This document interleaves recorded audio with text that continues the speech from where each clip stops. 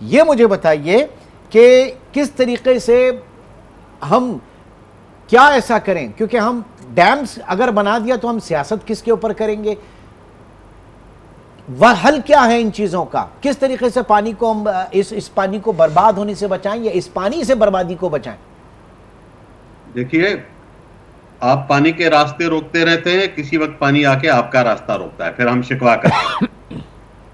तो सबसे पहला काम ये करें कि इन नदियों दरियाओं के जो कुदरती बहाव के रास्ते हैं ना, वो खाली कर दें। ये उनके रास्ते हैं, वो 10वें साल आए, 20वें साल आए, 30वें साल आए, और ये across the country, across Chitral और स्कर्दू से लेके केटी बंदर शाह बंदर तक, जहां मसूद साहब का भी आगे बदीन में गांव है, एवरीवेयर ये हम भुगत रहे हैं कि हमने पानी के रास्ते बंद किए हैं।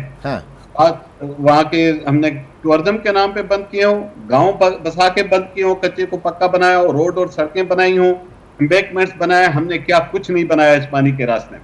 तो जब पानी अपना रास्ता क्लेम करने आता है, जो नुकसान होता है, तो हम चलाते हैं। तो पहला काम ये करें कि आप पानी के नेचुरल वाटरवेज को खोल दें पूरे पाकिस्तान में। आपको मसला क्या है, ये गरीब के होते ना घर, तो कल बिल्डोज हो जाते।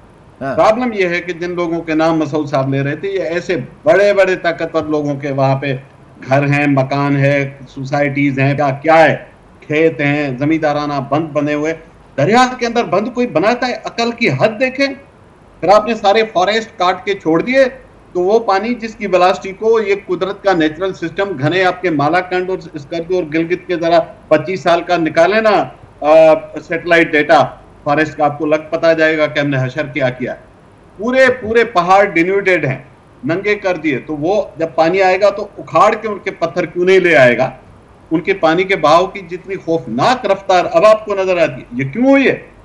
ये इसलिए हुई है कि हमने उसके रास्ते से कुदरती जो कुदरत की रुकावटें थी ना, वो काम की थी। वो था दरख्त, उसको हमने हटा दिया, हमने खड़ी कर दी इंसानी रुकावटें। कोई मुकाबला ही नहीं है। तो मेरा ख्याल है इकोसिस्टम रेस्टोरेशन के बगैर लॉन्ग टर्म सॉल्यूशन नहीं है फ्लड्स का। आप फ्लड्स के साथ, दुनिया का फलसफा अब ये है कि learn to live with floods rather than fighting with floods.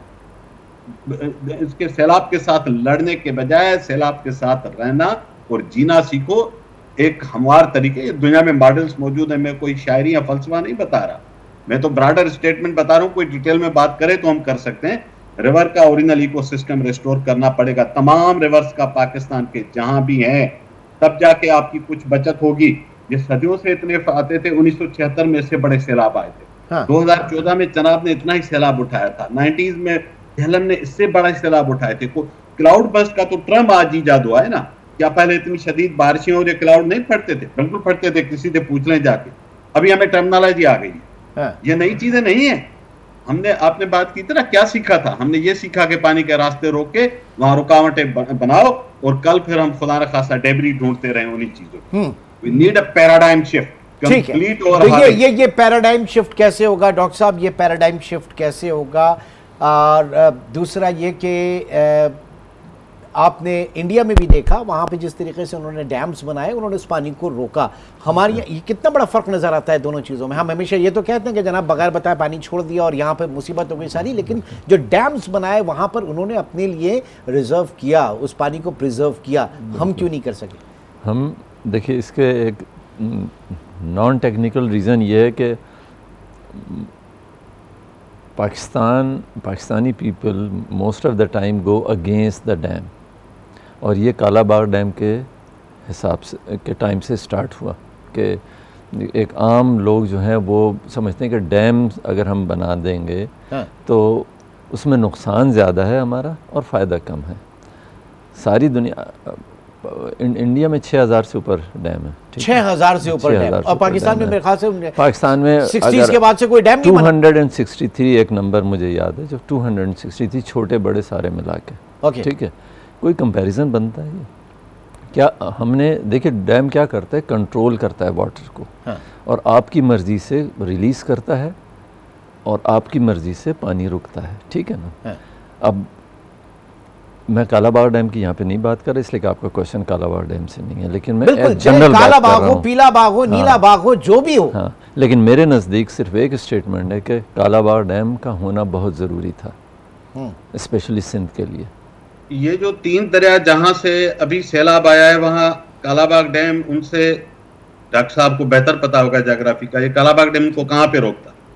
Kalabagh dam रहा मियांवाली में जी। आपके ईस्टर्न रिवर से सारा बहाव आ रहा है, 300-400 किलोमीटर का दरमियान में फासला होगा। ये सबको शौक है कि कालाबाग डैम पाकिस्तान के तमाम मसाइल का हल है। बहुत ही बचकाना, माजरत के साथ, बहुत ही बचकाना नुस्खा है। इन तीनों रिवर्स के ऊपर कालाबाग तो छोड़े कोई डैम नहीं बन सकता। ये प्लेन्स में उनकी ज्योग्राफी को समझें।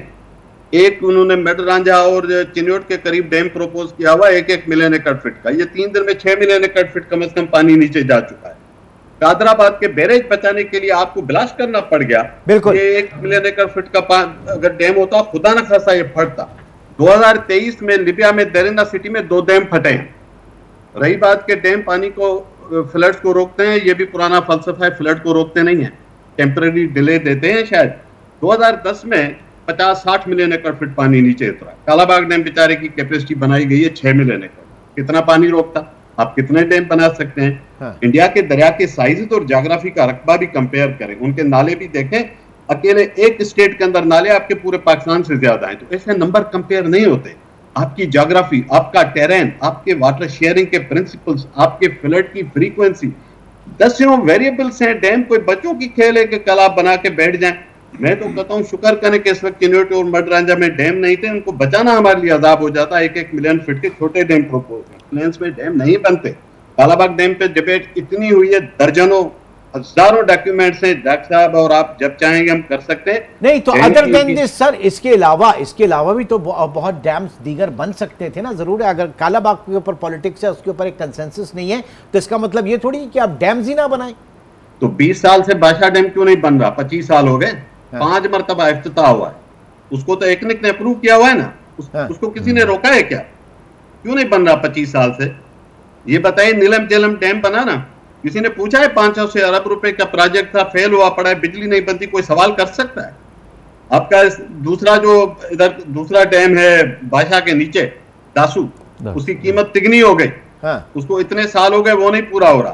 तो डैम कोई 2 किलोमीटर की सड़क थोड़ी है कि ऐसे ही बन जाए। ऐसे बन जाता तो बादशाह आज तक बन चुका होता। मैं कहता हूं जिसपे आपको रुकावट नहीं थी, आप तो वही नहीं बना सके। नए डैमों की बात क्या करते हैं आप?